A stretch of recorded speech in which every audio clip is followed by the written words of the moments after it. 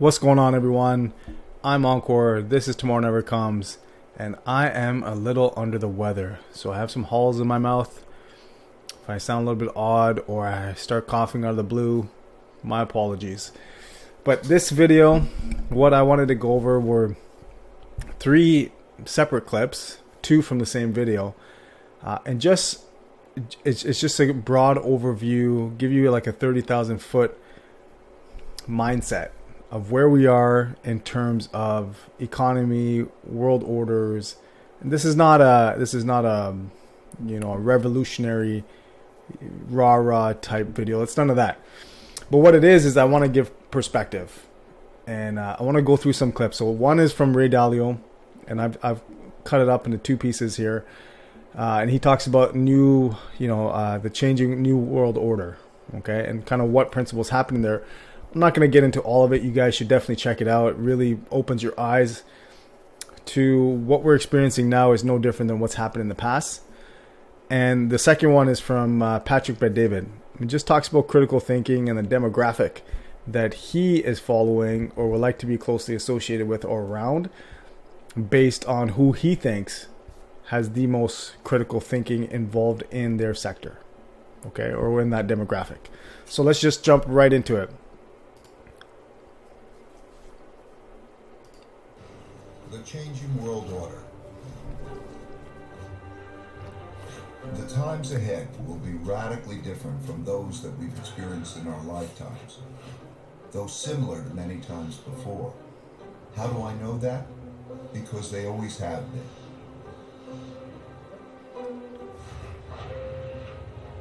Over my roughly 50 years of global macroeconomic investing, I've learned the hard way that the most important events that surprised me did so because they never happened in my lifetime. These painful surprises led me to study the last 500 years of history for similar situations, where I saw that they had indeed happened many times before, with the ups and the downs. So right there, so a few things there, okay? One is that, and I always talk about crypto, I always talk about Bitcoin, and that's what I'm going to relate to. Now, Ray Dalio does not do that in his video here. He does not talk about Bitcoin. He's talking about the ebbs and flows of empires, how they start, the start to the peak, and then as it comes down, and the signs involved in can you predict when that's happening, or at least see the signs of it, and what the outcomes would be, and kind of see where we are in that life cycle of bottom to top and then bottom again. So he does not talk about Bitcoin, but he does say going forward that as these problems happen, as the money printing happens, you definitely want to buy stocks, gold, and commodities. That was his three. Those were his three things. For me, I always replace gold with Bitcoin. None of the younger generation, nobody's going to be buying, or very few are going to be buying gold. It's all the older heads that believe in gold or think there's value there. None of the younger ones are going to do that. But having said that, so what I just played there is the fact that we all think that because we've never seen it, it's never happened before. So this whole Bitcoin, this whole currency issue, this whole money printing, even though we've seen money printing in 2008, many of us may not even be paying attention, didn't care for it. I know I didn't in 2008. I didn't care for any economic conversations. So, but even still, if you're younger than that, you didn't even see that. Okay, so we all think that whatever's happening now is brand new, never happened before. And he makes such a great point that just because we haven't seen it in our lifetime, that does not mean it's never happened before. So I want to clue that in first. To me that was a great line, a great eye opener. That it's a great way of thinking about things. Okay, just because you haven't seen it doesn't mean it hasn't happened in history before. All right, so that's one. And then here's the second clip from the same video. The new realities of wealth and power in the world. When those holding the reserve currency and debt of the declining empire lose faith and sell them, that marks the end of its big cycle. Of the roughly 750 currencies that existed since 1700, Less than 20% now exist. So listen to that for a second. So since the 1700s, okay, of the 720 types of currencies we had, 20% exist. Okay, so when people say that, no, you know, we can never see such a radical change, or this currency falling out, or, you know, some new currency or vehicle becoming the gold standard, the digital gold standard, or just the standard across the board, however you want to phrase it, you gotta look at history. And so many, 720 currencies since 1700, and we have 20% of them left. Okay, and those fluctuate, right? And he goes on to say that even of those 20%, they've all been devalued. They've all had the same problem. They've all money printed, and in turn have caused less value for that particular currency. So these things, one is, you know, pay attention to the fact that just because you've never experienced it, or no one around you has experienced it, doesn't mean it hasn't happened before. And once you realize that, then you'll see that the pattern continues time and time again. And the empires, or the standards we think of that will forever be in place, they do change. And they change time and time again. Okay? So for me, that is a discussion where crypto and Bitcoin come in versus another empire. Okay? Now, Ray Dalio here, his thing is about more China becoming the next power as the US declines. I'm not going to get into that, but in terms of currency, in terms of, you know, new world order, for me that's crypto. And those who are going to adopt crypto, those who are going to, and especially Bitcoin, but those who are going to jump on board with the technology, because that's really what we're talking about here, is the technology behind crypto, the blockchain technology. Those are the people that are going to win, the nations that are going to win. And from that, we're going to have a superpower.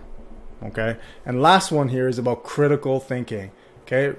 And this one here, Patrick Bet-David really was talking about why he made the move to Florida and things of that nature. So I just want him to speak, and then we can touch on that. I look at the youngest movement that's taken place that are, for the most part, independent thinkers that think for themselves and they can reason. That's the crypto community. The crypto community are filled with, they think for themselves. Okay, this doesn't mean they're left or right, but they will think for themselves. Right. They don't like control. They don't like authority. They don't like people telling them what to do. They want to be left alone. They don't like centralized. They want decentralized. That's the mindset of somebody that can think for themselves. Right. The crypto capital of the world is big. So that's pretty big for me here. Is let me enlarge myself here.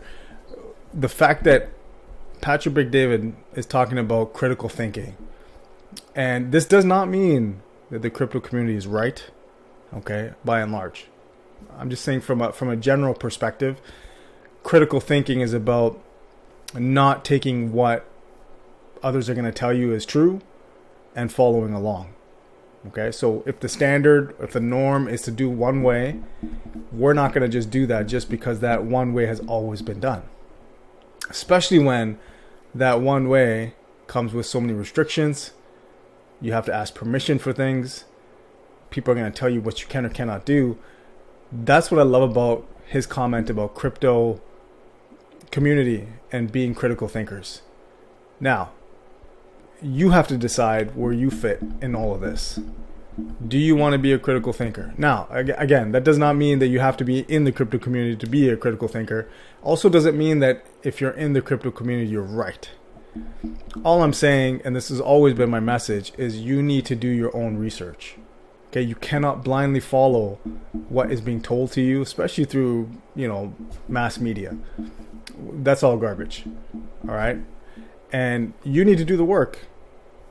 And if the crypto community and members as influential, as intelligent, and well-connected as Patrick Bet-David are talking about the crypto community in such a way, maybe there's something to it. And so, from both these, highly respected individuals, one more about changing world order and how that kind of ebbs and flows of empires. It's good to understand that how we live life today is not how we're going to live life going into the future.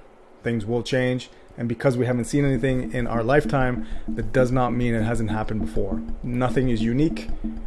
Maybe there's nuances, obviously, there's technologies that are different, but there's a generalized pattern to the ebbs and flows of empires. And so we could very well be in one right now. And I do think we are. All right. With crypto being that technology to offset the things that have been as they always have been in our lifetime, I think it's a huge catalyst for what's going to change going forward. And then on top of that, if you look at those who are in the community and their ability to kind of think outside the box or think outside of the norm, you need to decide where you want to kind of put your foot or put your flag in the ground and kind of decide where you want to be. Do you want to be with those who think things are going to be the same, are comfortable with things are going to be the same and not ready for a change? Or do you want to be part of a community that is accepting the change, is questioning everything outside of the community, but also within the community? And those are things that you need to kind of decide for yourself. So hopefully you guys found some value in this video. If you did, like, subscribe, and share the video. Remember, tomorrow never comes. Take action, invest in yourself today, and I'll see you guys in the next video.